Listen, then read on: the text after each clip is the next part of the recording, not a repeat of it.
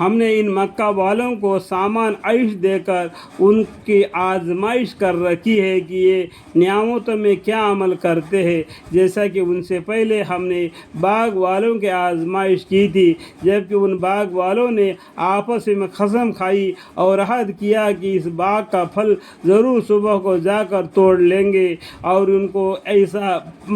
فقط یقین تھا کہ انشاءاللہ بھی نہ کہا، انشاءاللہ بھی یہ نہیں کہے، یہ بات کہے کہ ہم صبح سویرے جا کے اپنے باغ کا پھل توڑ لیں گے، کہیں محتاجی کوئی بیکار جو غریب آدمی ہم تک نہ پہنچ جائے، ان سے پہلے اپنے مال کو، اپنے کھیتی کا پھلوں کو توڑ کر اپنے گھر میں لے آئیں گے۔ یہ لوگ انشاءاللہ بھی کہنا بھول گئے، بس یہ اس باغ پر آپ کے رب کے طرف سے راتوں رات ایک عذاب پھیر گیا جو ایک آگ تھی۔ یہ لوگ اور وہ لوگ سو رہے تھے، یہ لوگ تو رات میں سو رہے تھے صبح اٹھ کو جانے کا ارادے سے، تو راتوں رات ایک آگ وہ باغ پر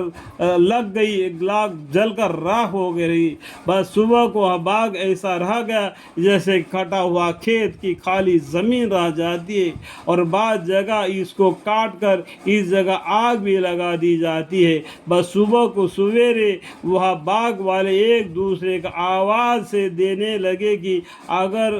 پھل توڑنا ہے تو سویرے چلو، بس چلتے ہوئے آپس میں چھپ کے باتیں کرتے چاہ رہے تھے کہ آج کوئی محتاج تم تک نہ آنے پاوے۔ وہ اپنے خیال میں اس کے روح کے لینے پر اپنے آپ کو قادر سمجھ کر چلے، سب کچھ خود ہی لے آئیں گے۔ جب وہاں پہنچ کر اس کو دیکھا تو کہنے لگے کہ ہم راستہ بھول گئے، کیونکہ وہ باغ کل تھا آج نہیں ہے، کہیں وہ اور پہنچ گئے، یہ تو وہ باغ نہیں ہے۔ لیکن جب کرائے سے معلوم ہوا کہ یہ آس پاس ادھر ادھر دیکھنے سے معلوم ہوا کہ یہی جگہ ہے ہمارا، یہ باغ کا حالت یہ حال ہوگا۔ جب کرائے سے معلوم ہوا کہ یہ وہی جگہ ہے تو کہنے لگے کہ ہماری قسمت ہی پھٹ گئی، ان میں ایک آدمی کسی قدر نیک تھا لیکن عمل میں ان کا شریک حال تھا۔ کہنے لگا کہ میں نے تم سے کہا تھا کہ ایسی بدنیتی نہ کرو، غیروں کے دینے سے برکت ہوتی ہے، غیروں کو یعنی محتاجوں کے غریبوں کو دینے سے برکت ہوتی ہے۔ آپ اللہ کے پاک کیوں نہیں، اللہ پاک اور اللہ کی پاکی کیوں نہیں بیان کرتے، یعنی تم استغفار کرو۔ اور باغ والے کہنے لگے کہ ہمارا پروردگار پاک ہے، بے شک ہم قصوروار ہے، یعنی اللہ پاک ہے، سبحان اللہ، ہم قصوروار ہے، اللہم اغفر لی۔ پھر ایک دوسرے کو الزام دینے لگے، جیسا کہ عام طور سے عادت ہے کہ جب کوئی کام بگڑ جائے تو یہ ہر ایک دوسرے کو قصور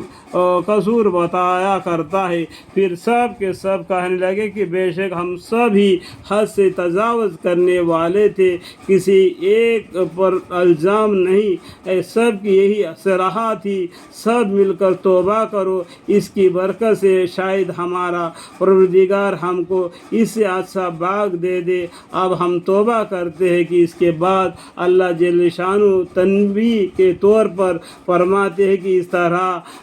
دنیا کا عذاب ہوا کرتا ہے کہ ہم بدنیتی سے چیزیں ہی فنا کر دیتے ہیں، اور آخرت کا عذاب اس سے بھی بڑھ کر ہے۔ کیا اچھا ہوتا یہ لوگ اس بات کو جان لیتے کہ غریبوں سے بخل کا نتیجہ اچھا نہیں، یعنی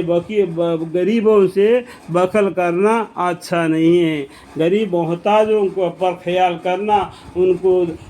تھوڑا سا مدد کرو گے، اللہ تعالی ہمیں زیادہ مدد کرے گا۔ اللہ سے دعا ہے ہمیں اور آپ کو ان بات کو سمجھنے کا، اعمال کی توفیق عطا فرمائے، آمین۔